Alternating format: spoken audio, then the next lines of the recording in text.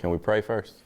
That's how Pastor Clifton Noble starts every interview with us. I thank you for this opportunity to come and share about your redemptive power.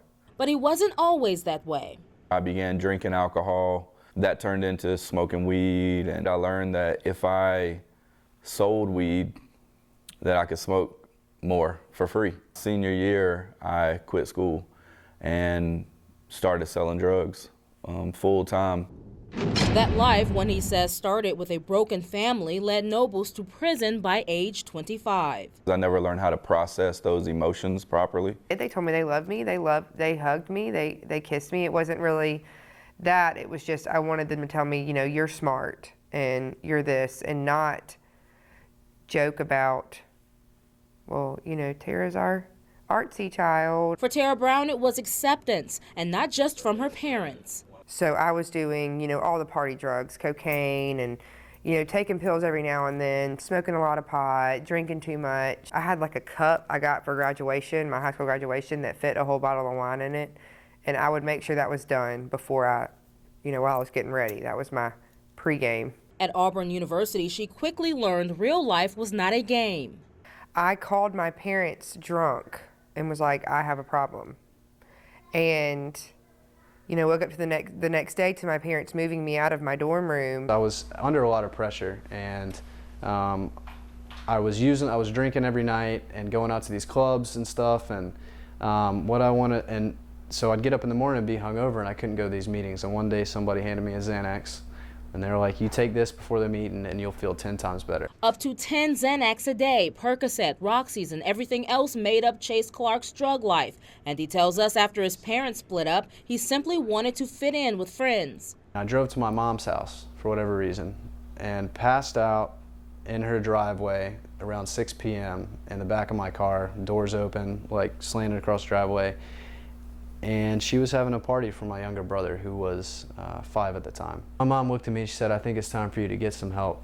I felt misunderstood. I felt left behind. Laura King's drug-addicted parents separated and left her wanting more. I just wanted to be accepted, that I would have done anything. Friends and bad relationships. One boyfriend introduced her to meth. All of a sudden, I'm around all this exciting stuff and lots of money and guns. And then at 24, the mother of 2 children received a melanoma diagnosis. Basically just go home and make her comfortable until she dies. She beat cancer, but not her drug addiction. About a year later, I got into another very unhealthy relationship, an abusive relationship, mentally and physically.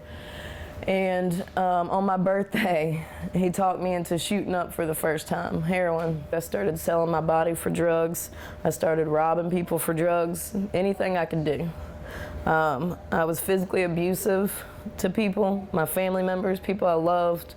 I lied to everybody. I stole, cheated. The last thing I remember was doing the shot, and I just jumped up, gasping for air, and I looked in the mirror, and my lips were turning from blue back to white. And then she made a call. I said, Dad, I don't know what to do. I'm either going to die or go to prison. So he came and got me. I hated everything about who I became. So I dropped to my knees and I said, God, if you can do one thing for me, please just save my soul. Please just save me.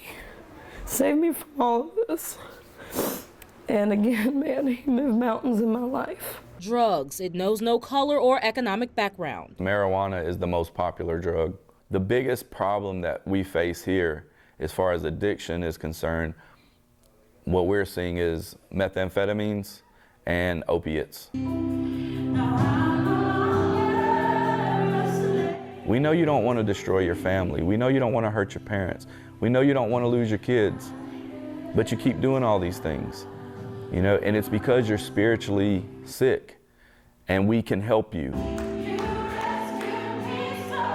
Once he helped himself and his wife, Anna, Pastor Nobles launched 143 Ministries International. 143 translates to I love you, and in its first year, 31 people went to rehab.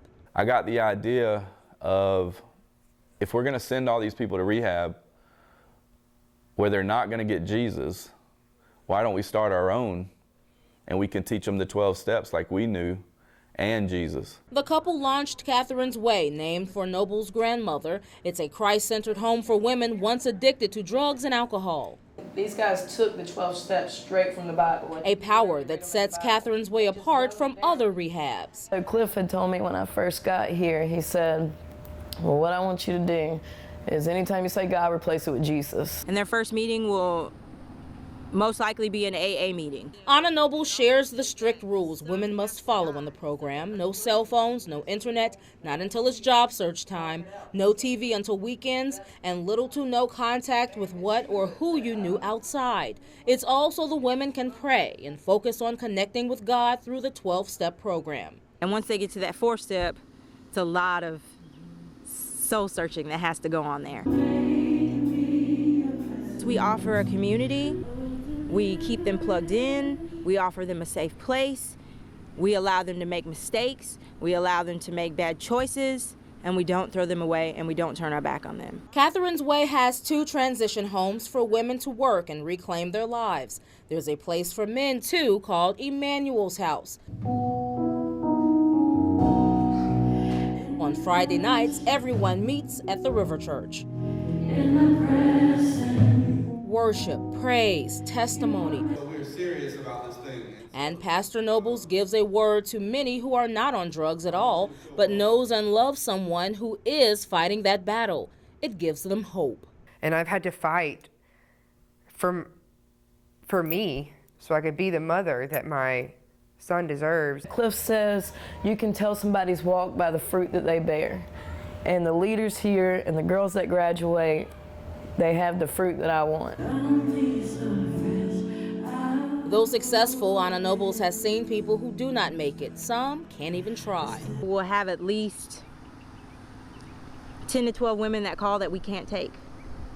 And that's every month. That amounts to around 200 women they turn away due to space each year, facilities they already have challenges with in Richmond and Columbia counties. They don't want us in their backyard until the drug addict's in their house. We can teach them why they're getting high. We can help them get close to the Lord, who's the only one that can heal them. A healing he's hoping to expand throughout the CSRA. We need to find a location, land, property where we can go in and we can do our work and where we can work with the local government. But the labor is not easy and it's not cheap. We have 9 beds, 7 of those are scholarship. You know, and so the way that we pay our bills each month is God provides. And because they believe, their cup runs over and their hope eternal. It would be a 30-bed facility.